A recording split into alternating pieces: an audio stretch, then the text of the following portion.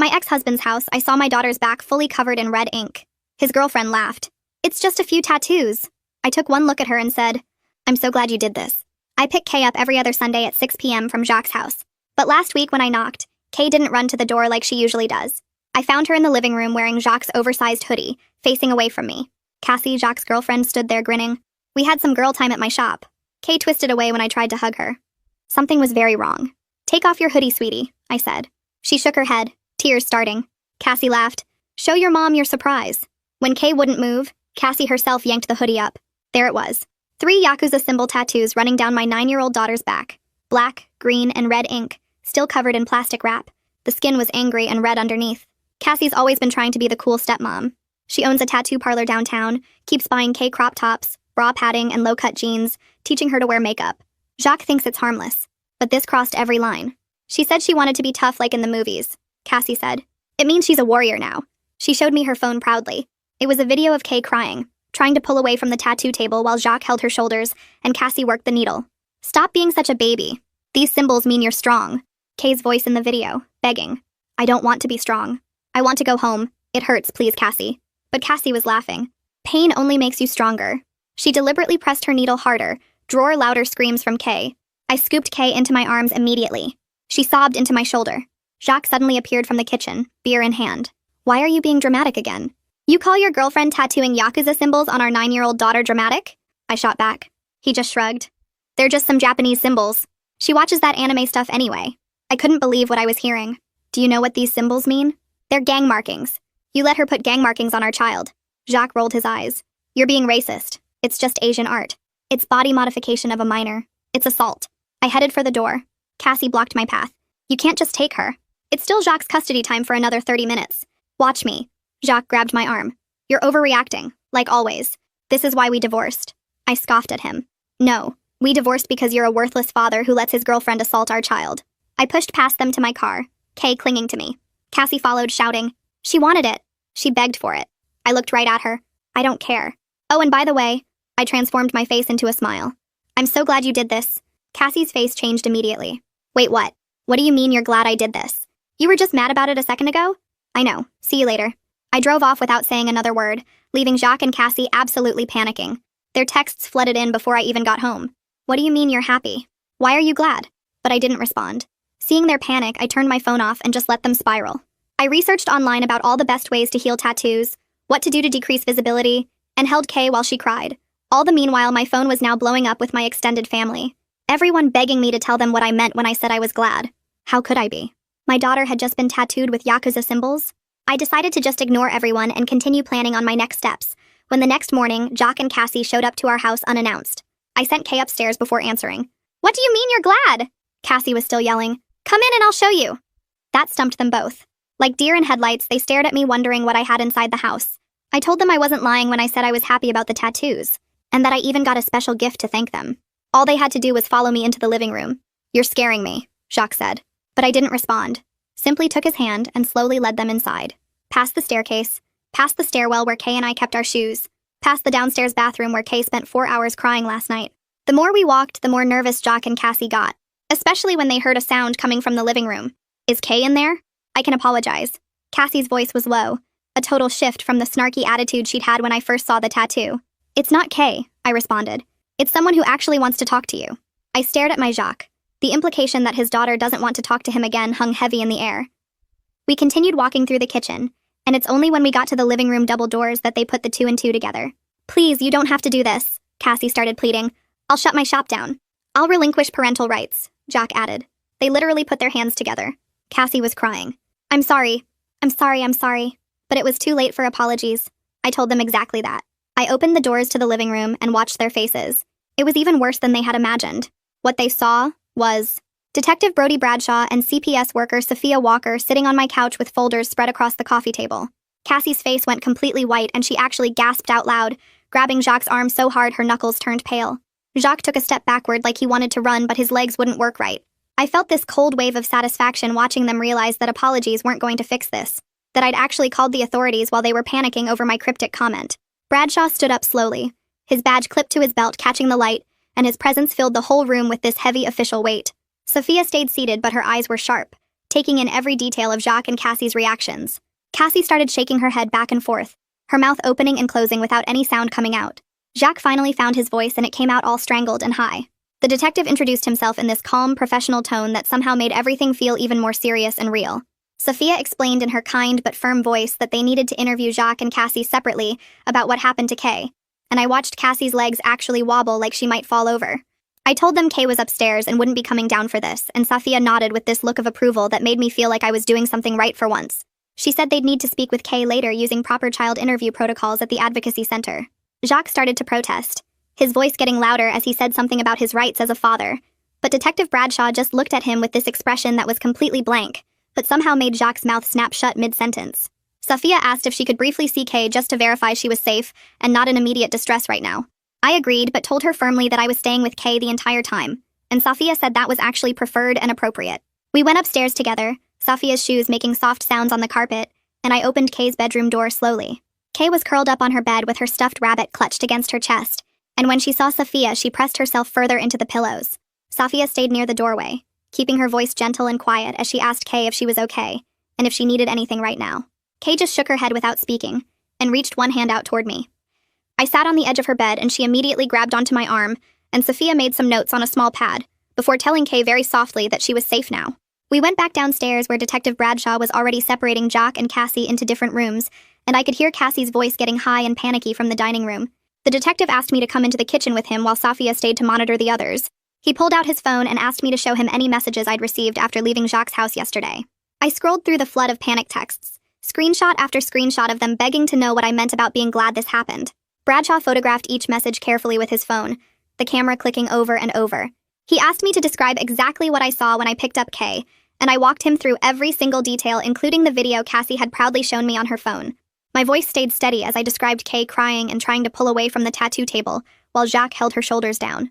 Bradshaw's expression didn't change, but he wrote everything down in precise detail, occasionally asking clarifying questions about timing or exact words that were said.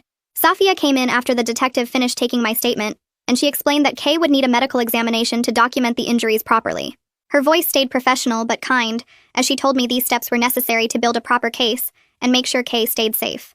I felt my hands start shaking again, this tremor I couldn't quite control, but I nodded and asked when we needed to do this. Sophia said we could go right now if I was ready, that she'd already called ahead to an urgent care clinic 2 blocks away. We took Kay in my car and she sat in the back seat clutching her rabbit and not saying anything. The doctor at the clinic specialized in documenting child abuse cases, and she was incredibly gentle with Kay, explaining everything before she did it. She carefully lifted Kay's shirt and photographed the tattoos from multiple angles, the camera flash making Kay flinch each time. The doctor noted the inflammation in her report, the way Kay's skin was still angry and red around the ink, and she asked Kay to point to where it hurt the most. Kay's voice was so quiet when she answered that the doctor had to lean in close to hear. The doctor gave us detailed aftercare instructions for the healing process, and wrote a prescription for antibiotic ointment to prevent infection. Back at home after the clinic visit, I sent Kay upstairs to rest, and then I carefully photographed her back myself with my phone. I made sure the images were clear and well lit, taking shots from different angles just like the doctor had done. My hands were steadier now that I had a concrete task to focus on. I immediately uploaded copies to 3 different cloud storage accounts, typing in passwords and waiting for the progress bars to complete. Then I emailed the photos to myself at 2 different email addresses, creating this digital paper trail that couldn't be erased or lost, no matter what happened. The methodical task of documentation helped me feel like I was doing something real to protect my daughter, instead of just being scared and angry. That evening, my phone rang with Sophia's number, and she explained they'd drafted a safety plan based on their initial assessment. Kay would stay with me full-time with absolutely no contact allowed between Cassie and Kay under any circumstances. Jacques could have limited supervised contact only, and even that was pending the investigation results and whatever court orders came down. I felt this wave of relief wash over me, even though I knew this was just the beginning of what would probably be a very long process. The next morning, I met with Amelia Dubois at her law office downtown, a family attorney who came highly recommended for custody cases involving child safety issues. She sat across from me at her big desk and listened to everything without interrupting once. And when I showed her the photos and texts on my phone, her expression got very serious and focused. She immediately started drafting paperwork for emergency custody modification and protective orders, her fingers flying across her keyboard. Her confidence and her clear action plan made me feel less helpless for the first time since I'd seen those tattoos on Kay's back. Amelia worked through the afternoon preparing detailed affidavits that included the medical photos, the CPS notes, and a complete timeline of events. She explained she was filing for ex parte emergency orders that would give me temporary full custody and prohibit Cassie from any contact with Kay whatsoever. I signed everything with shaking hands, my signature looking wobbly and strange on the official documents, hoping the judge would see how serious this was and how much danger Kay had been in. That same afternoon, my phone rang with Detective Bradshaw's number, and I answered on the second ring. He told me he was seeking a warrant to search Cassie's tattoo shop for records, equipment, and her phone to preserve the video evidence. His voice was steady and professional, but I could hear something underneath it, like he was personally invested in making sure this case got handled right. I thanked him for taking Kay's situation seriously and not treating it like some minor family dispute. He reminded me not to have any direct contact with Jacques or Cassie going forward and to document everything they sent me, screenshots of every text and voicemail. I promised I would and hung up feeling like the wheels were actually turning now instead of just spinning. Later that evening, Amelia sent me a text with strict instructions to avoid any direct confrontation with Jacques or Cassie and to stay completely off social media about this case. She explained that anything I said or posted could be used against me in court, and I needed to protect the integrity of our case by keeping my mouth shut. I wanted to scream at them both, to post everything online and let everyone see what they did to Kay, but I knew Amelia was right. I took a screenshot of her message and saved it in a folder on my phone labeled Reminders, so I could look at it whenever I felt the urge to lash out. My phone kept buzzing all evening with calls and texts from extended family members demanding to know what was happening and why I wouldn't explain my cryptic comment from yesterday. My aunt called 3 times, my cousin sent a string of question marks, my mom left a voicemail saying she was worried and confused. I finally sent one group text saying there was a legal matter involving Kay's safety and I couldn't discuss details right now. Then I muted the entire conversation. The boundary felt good even though I knew some relatives would be offended and probably talk about me being dramatic or secretive. Jacques' texts started shifting from panic to pure anger around midnight. He accused me of trying to alienate Kay from him and blowing everything out of proportion just to hurt him. He said I was being vindictive and using Kay as a weapon in our divorce all over again. I didn't respond to any of it, but I screenshot every single message and forwarded them to Amelia in one long thread. She replied within minutes saying his hostile tone would actually help our case and to keep documenting everything. His complete inability to take responsibility for what happened was exactly why we were divorced in the first place, why I couldn't trust him to keep Kay safe. 2 days later, I took Kay to the Child Advocacy Center for her forensic interview with a specially trained interviewer. The building looked normal from outside, just a regular office with a small playground visible through the fence, but my stomach felt tight walking through the doors. A woman with kind eyes and a soft voice led Kay into a room with toys and comfortable chairs while I waited in another room down the hall. I sat there for 40 minutes staring at magazines without reading them, my leg bouncing constantly. When Sophia came out, her expression was serious and she sat down next to me before speaking. She told me Kay had disclosed that Jacques physically held her shoulders down while Cassie tattooed her, pressing hard enough that Kay couldn't move even when she tried.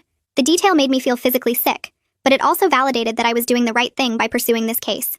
That afternoon, Detective Bradshaw called again to tell me Cassie was claiming Jacques gave verbal consent for the tattoos as Kay's father, so technically she had parental permission. Jacques was now saying the whole thing was a misunderstanding, and he didn't realize Cassie would actually go through with tattooing Kay. Their stories didn't match up, and both of them were trying to minimize their roles, which the detective said was typical in these cases when people realized they might face real consequences. I asked if the conflicting stories helped our case, and he said absolutely, that juries and judges could see through people trying to shift blame. The health department opened an inspection of Cassie's tattoo shop the next day to check if she'd been following age verification and consent protocols. Amelia explained this was separate from the criminal case, but could result in license suspension or revocation if they found violations.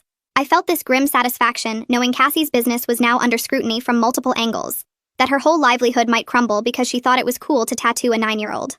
I met with Kay's school counselor 2 days later to explain the situation in general terms without going into graphic details. We sat in her small office surrounded by motivational posters, and she listened carefully while taking notes. We agreed on a plan to let Kay wear comfortable loose clothing instead of the regular uniforms that might rub against her healing tattoos and cause irritation. The counselor promised to watch for any signs Kay was struggling emotionally and to contact me immediately if concerns came up. 3 days after our emergency filing, Jacques' lawyer filed a counter motion, claiming I was unstable and engaging in parental alienation by keeping Kay from him. Reading through his accusations made my blood boil, seeing him twist everything to make me look like the problem instead of taking responsibility. Amelia reminded me this was a predictable defensive tactic that desperate parents used when they knew they were in the wrong. She was already preparing our response with all the evidence we'd gathered, the medical photos and CPS reports and witness statements.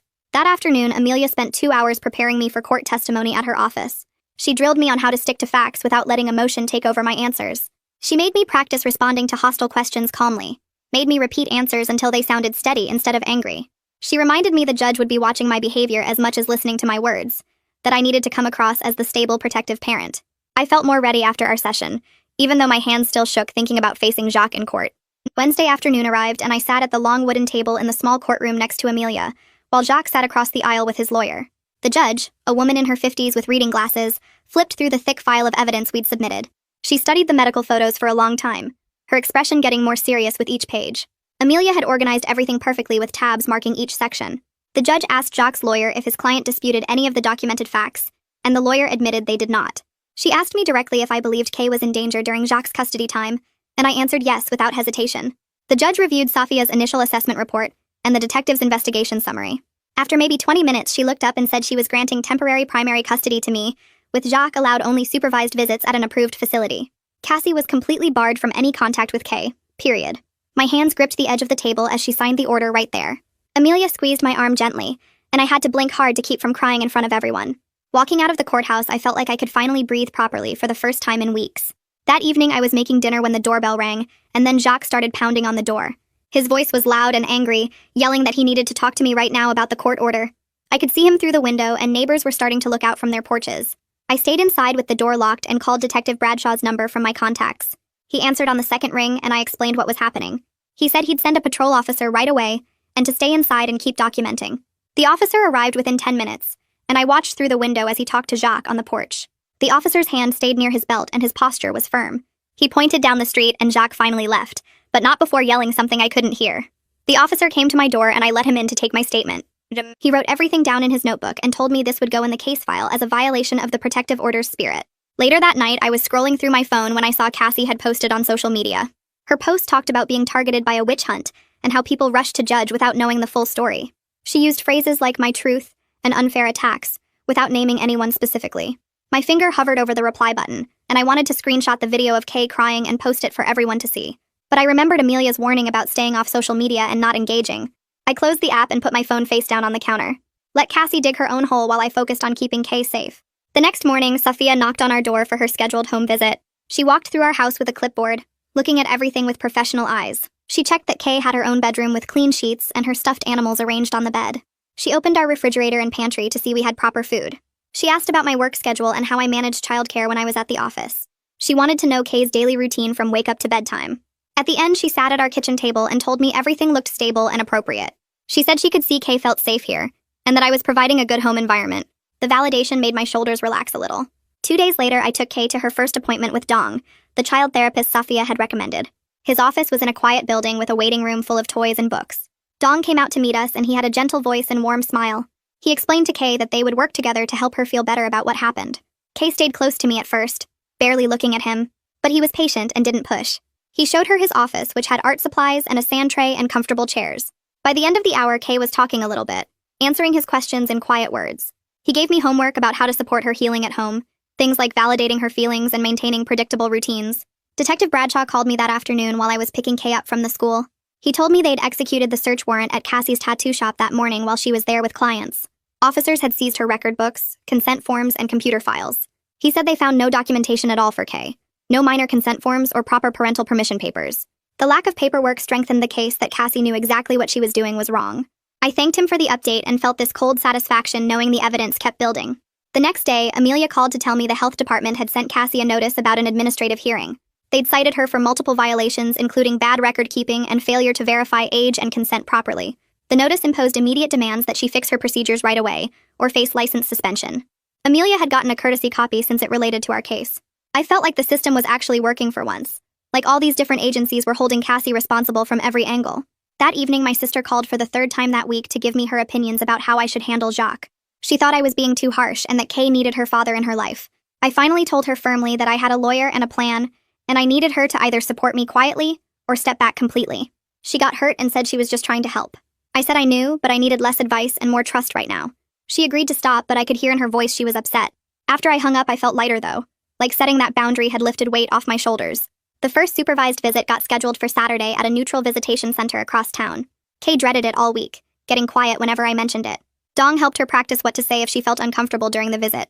He taught her a code word, pineapple, that she could use to signal the supervisor she needed the visit to end right away. I packed her favorite stuffed rabbit in a small bag and reminded her over and over that she was safe, and I'd be right outside in the waiting room the whole time. Saturday morning, we drove to the visitation center and met Stella, the court-appointed supervisor. She had kind eyes but a serious manner. She explained the rules to Kay about the code word and showed her the observation window where I'd be watching. The visit itself was hard to watch through that window. Jacques tried to act like everything was normal, asking Kay about school and her friends, but he kept saying things like Cassie made a mistake, and everyone just needed to move on now. Kay sat with her arms crossed tight against her chest and barely spoke. She gave one-word answers and wouldn't look at him. Stella sat in the corner taking detailed notes on her tablet about everything Jacques said and how Kay responded. I could see Kay's body language getting more closed off as Jacques kept trying to minimize what had happened instead of actually apologizing. After 20 minutes, Jacques stood up and walked toward the door, the visit ending early because Kay refused to engage.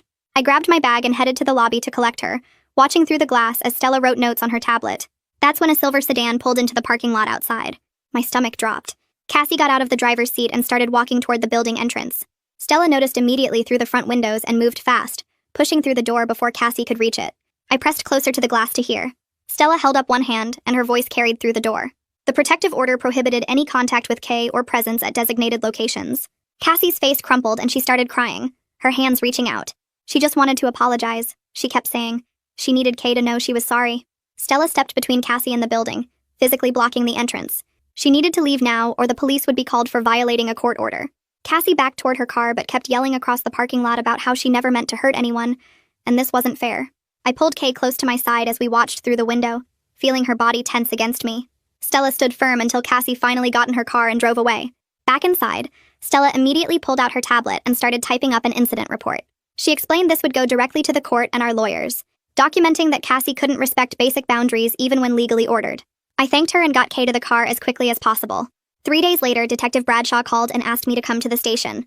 I arranged for my sister to watch Kay and drove downtown to meet him in a small conference room.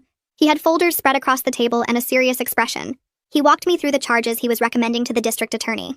Endangering the welfare of a child was the primary charge, based on Cassie tattooing a minor without proper consent and causing physical harm.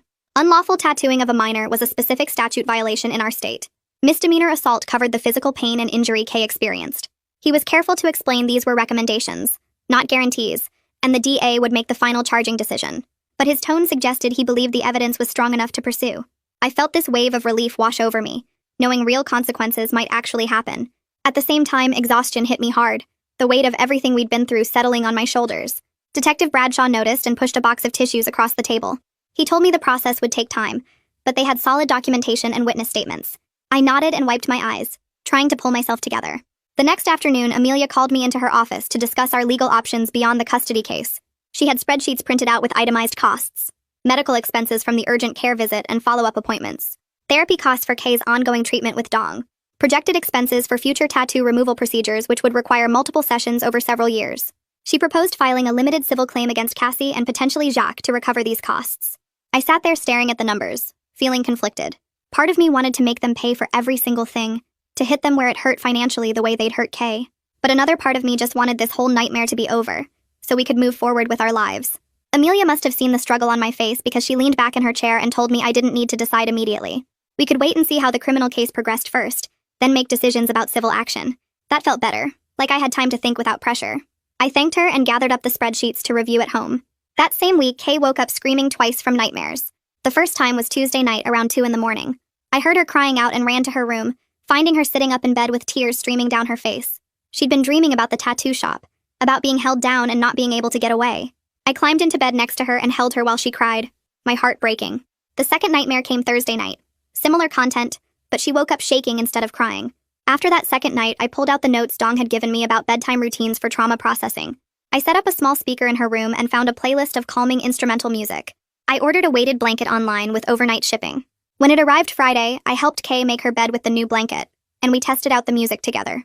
That night, I sat with her until she fell asleep, rubbing her back carefully around the tattoos while the soft music played. She eventually settled into steady breathing, her body relaxing under the weighted blanket. I stayed there another 20 minutes just to be sure before sneaking out. The exhaustion was catching up with me hard, dark circles under my eyes and constant tiredness, but seeing her finally sleep peacefully made it worthwhile. Monday afternoon, the school counselor called my cell phone while I was at work. A classmate had made a comment about Kay's tattoos during gym class after seeing them when Kay was changing. The other kid had said something about them being cool and asking where Kay got them. Kay had immediately burst into tears, and the gym teacher brought her to the counselor's office. The counselor told me she'd addressed it right away with both the other child and the teacher, explaining that comments about other students' bodies weren't appropriate. She'd kept everything low-key to avoid drawing more attention to the situation. Kay had calmed down after talking with the counselor for a while and went back to class. I thanked her for handling it so quickly and professionally. After I hung up, I sat in my car in the work parking lot feeling angry all over again. Kay shouldn't have to deal with questions and comments about something that was forced on her. She shouldn't have visible reminders of trauma on her body that other kids could see and ask about. I gripped the steering wheel hard and took deep breaths until the anger passed enough that I could go back inside. 2 days later, a thick envelope arrived in the mail from the health department. I opened it at the kitchen table and pulled out the official inspection report for Cassie's tattoo shop. They'd cited her for multiple violations. Sanitation issues including inadequate sterilization procedures for equipment, record-keeping problems with missing or incomplete client files, failure to maintain proper consent documentation, especially for verifying client ages and parental authorization. The violations weren't severe enough to shut her down immediately, but they imposed corrective action requirements. Cassie had 30 days to implement new procedures and documentation systems. Follow-up inspections would be scheduled to verify compliance. If she failed to correct the issues, her license could be suspended. I read through the whole report twice, feeling this growing confidence in the institutional process. Multiple agencies were holding Cassie accountable from different angles: the criminal investigation, the custody court, and now the professional licensing board. It felt like the system was actually working for once instead of failing us. That evening, a notification popped up on the co-parenting app. Jacques had sent a private message. I opened it carefully, knowing Amelia could see everything sent through the app. The message was long and rambling. He said he'd been thinking a lot about everything that happened. He was willing to leave Cassie if it meant getting more time with Kay. He understood now that Cassie had crossed serious lines and he should have protected Kay better. If I would agree to more flexible custody arrangements, he would end his relationship with Cassie immediately. I screenshot the message and forwarded it straight to Amelia before responding. She called me within 10 minutes. Her voice was firm as she explained this was classic manipulation. He was trying to negotiate custody based on his relationship choices, using Cassie as a bargaining chip. I should absolutely not engage with that kind of manipulation. Custody decisions would be made by the court based on Kay's best interests, not based on whether Jacques was dating someone. I took a breath and typed out a short response through the app. Custody arrangements would be determined by the court based on what's best for Kay. Nothing more, nothing less. I hit send and closed the app, feeling proud of myself for not taking his bait. The following week, Detective Bradshaw conducted a formal recorded interview with Jacques at the station. He called me afterward to give me an update. Jacques had finally admitted to holding Kay's shoulders during the tattooing process. He'd tried to frame it as helping Kay stay still for her safety, claiming he didn't realize how much it was actually hurting her. But the admission was recorded and would be used in the criminal case. The detective's tone suggested this was a significant development. I hung up feeling this strange mix of vindication and sadness. Vindication because now there was official recorded proof of what Jacques did. Sadness because Kay's own father had participated in hurting her, had physically held her down while she cried and begged for it to stop. I sat on the couch for a long time after that call, processing the reality of what kind of father would do that to his child. Amelia spent the next week buried in paperwork. She called me in for a meeting on Friday afternoon, and I walked into her office to find a thick file folder on her desk. She'd compiled all our discovery materials into one organized package. Medical records from the urgent care visit with photos of Kay's injuries. CPS reports from Sophia's investigation and home visits. Health inspection findings from the tattoo shop. Supervised visit reports from Stella documenting Jacques' inappropriate behavior and Kay's discomfort. Police documentation including Detective Bradshaw's investigation notes and the incident report from Cassie's protective order violation. Amelia walked me through each section, explaining how each piece supported our case for modified custody. The medical records established physical harm. The CPS reports showed Kay's emotional state and our stable home environment. The health inspection proved Cassie's shop had ongoing compliance problems. The visit reports demonstrated Jacques couldn't provide appropriate support. The police documentation showed both Jacques and Cassie's poor judgment and boundary violations. I sat there looking at this thick file, impressed by how much evidence we'd gathered in just a few weeks. It felt solid and thorough, like we had a real case built on facts instead of just emotions. The next Tuesday, Sophia came to our house for another home visit. She had a formal service plan printed out for Jacques. She sat at our kitchen table and walked me through the requirements. Jacques would need to complete parenting classes focused on child development and appropriate boundaries. The classes ran 12 weeks and covered topics like age-appropriate expectations and recognizing manipulation. He'd also be required to participate in family counseling if he wanted to eventually progress to unsupervised visits. The plan included strict provisions that Cassie could have no contact with Kay whatsoever, not even indirect contact through Jacques. If Jacques violated that provision, his visits would be suspended immediately. Sophia explained that Jacques' lawyer had already reviewed the plan, and Jacques had agreed to all the terms. He was scheduled to start the parenting classes the following Monday. I felt this small sense of hope hearing that he'd agreed without fighting it. Maybe it was a tiny step toward actual accountability, toward him recognizing he'd failed Kay and needed to do better. Sophia gathered up her papers and told me she'd check back in a month to see how Jacques' compliance was going. I walked her to the door feeling like maybe, finally, we were building something that would actually protect Kay long term. That night, I sat on my bed with my phone in my hands, staring at the social media apps on my screen. My fingers hovered over the icons. I wanted to post everything. The photos of Kay's back, screenshots of Cassie's panicked texts, the video evidence. I wanted everyone to see what they did, wanted their friends and family to know the truth. I opened the app and started typing a post, my thumbs moving fast across the keyboard. But before I hit share, I stopped. I called Dong instead. He answered on the second ring, and I told him what I was about to do. He listened quietly while I explained how badly I wanted to expose them, how much I wanted everyone to see their faces and know what kind of people they were. He asked me what I thought would happen after I posted it. I said everyone would know the truth. He asked if that would help Kay or hurt her. I stopped talking.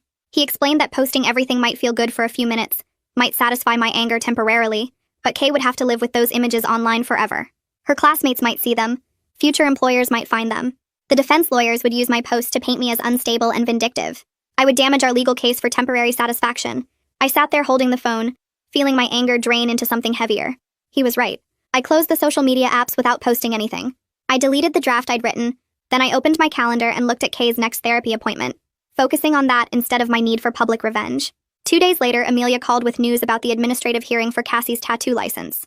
The board had reviewed all the evidence from the health inspection and the criminal investigation. They voted to impose an interim suspension pending the outcome of the criminal case. Cassie couldn't operate her shop or perform any tattoo work until the board made a final decision. Amelia's voice carried satisfaction when she told me this was a big deal, that the board was taking the violation seriously. I asked what it meant for Cassie's business, and Amelia explained that without being able to work, Cassie would lose income and clients. The shop might not survive even if she eventually got her license back. I felt a small sense of justice hearing that, not because I wanted to destroy her business out of spite, but because there needed to be real consequences for what she did to Kay. That same afternoon, my phone buzzed with a long text message from Cassie. I looked at the screen and saw paragraph after paragraph of apologies and explanations. She was crying when she wrote it.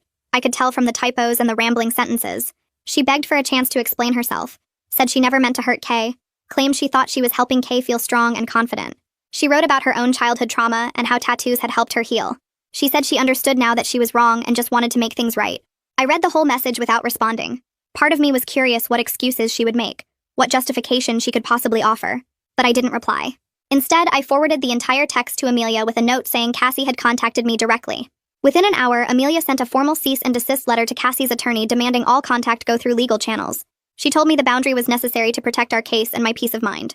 I agreed, even though some small part of me wondered what else Cassie might have said if I'd let her keep talking. The following Thursday was Kay's school talent show. Jacques was allowed to attend under the terms of the protective order, but had to stay at least 20 feet away from us at all times. I sat in the third row with Kay beside me, watching her fidget with her program. Across the room near the back wall, Jacques stood alone. Other parents chatted in small groups around the auditorium, laughing and taking photos of their kids on stage. But nobody stood near Jacques. He looked miserable standing there by himself, his shoulders hunched and his hands shoved in his pockets. I watched him for a few minutes between performances. He kept glancing over at us, then looking away when he saw me watching. I felt this complicated mix of feelings sitting there. Part of me felt empathy seeing him isolated and facing consequences. He looked genuinely unhappy, like he understood he'd messed up badly. But another part of me stayed angry, remembering how he held Kay's shoulders down while she screamed and begged. He enabled her trauma. He chose Cassie over protecting his own daughter. The empathy and anger existed together in my chest, neither one canceling out the other.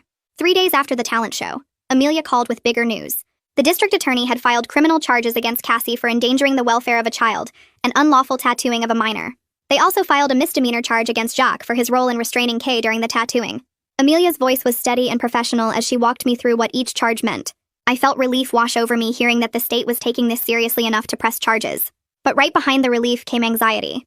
I asked Amelia if this meant Kay would have to testify at trial. The thought of putting her through that made my stomach hurt. Amelia said she'd already talked to the DA's office about minimizing Kay's direct involvement as much as possible. They had the video evidence and the medical records and the forensic interview. They would do everything they could to spare Kay from having to take the witness stand.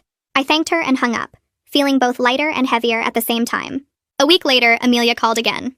Cassie's lawyer had approached her about a possible plea deal. Cassie would accept probation, mandatory counseling, and a no-contact order with minors in exchange for avoiding jail time. The DA was considering the offer because it would spare Kay from having to testify at trial, but they wanted my input before making a decision. Amelia asked me what I thought.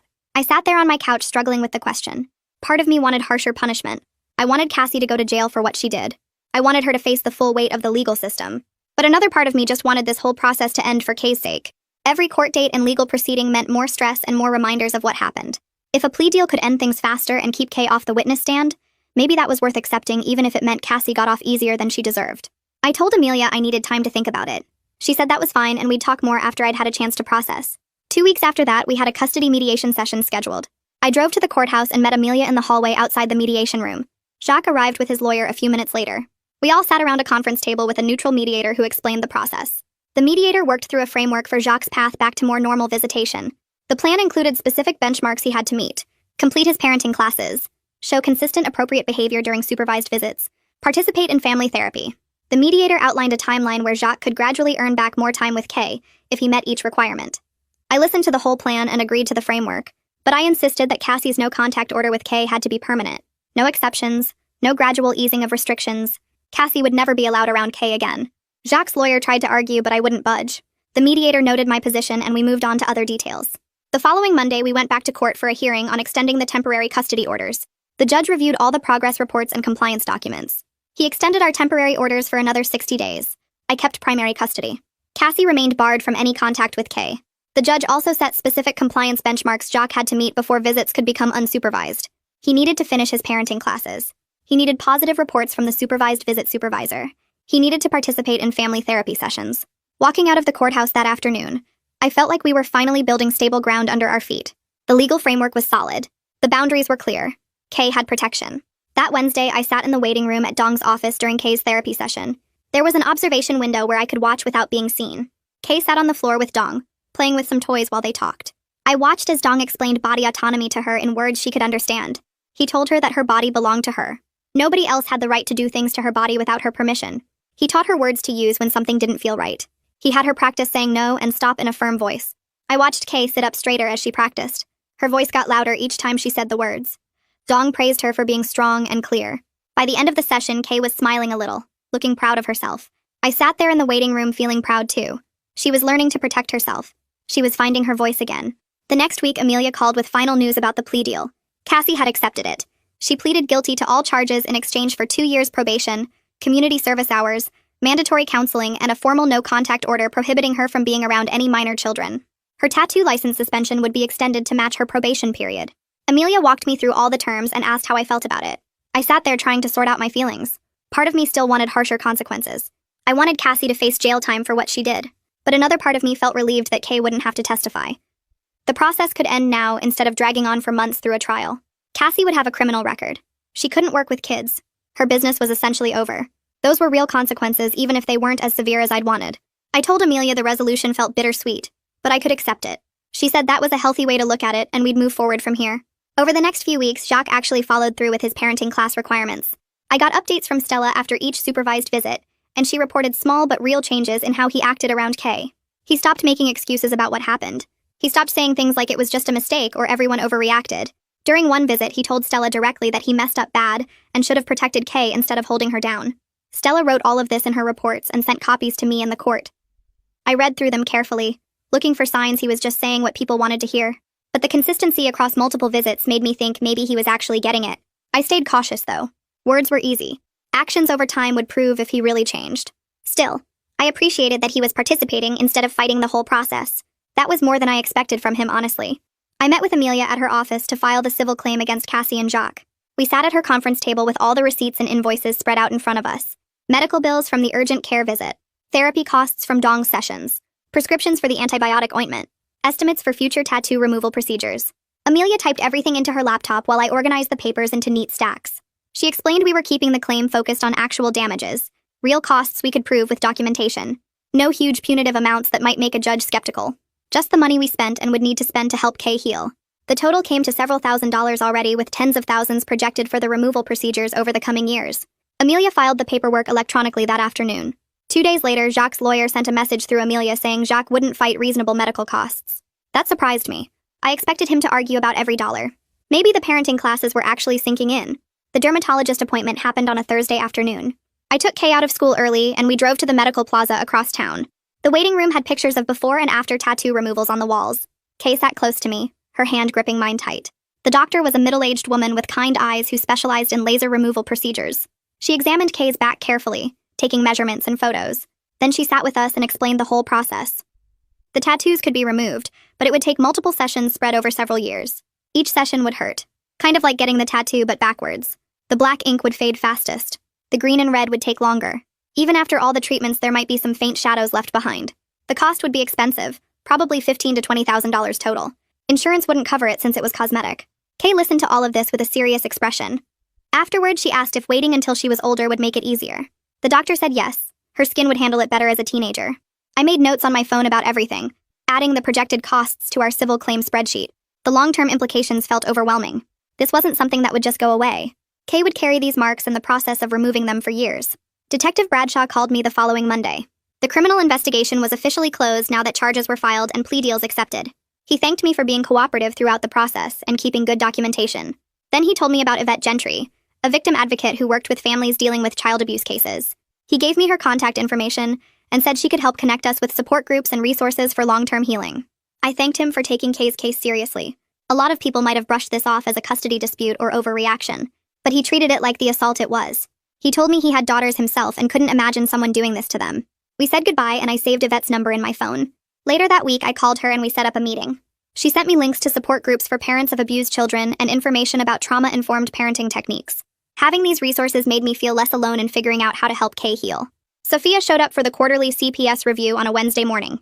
She sat in my living room with her folder of notes and went through her checklist. How was Kay doing in the school? Was she attending therapy regularly?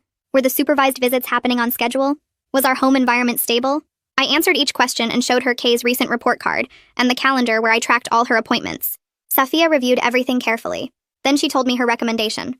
Jacques' compliance had been decent overall. He completed his first round of parenting classes. The supervised visit reports showed improvement in his behavior. She would recommend continued supervised visitation until he finished his full program requirements. No unsupervised time yet. The structure felt right to me. It gave Jacques a clear path forward if he kept working on himself, but it also kept Kay protected while he proved he could maintain the changes. Before Sophia left, she told me I'd done an excellent job advocating for Kay while working within the system. That meant a lot coming from someone who saw hundreds of cases. I wasn't perfect, but I was trying my best to do right by my daughter.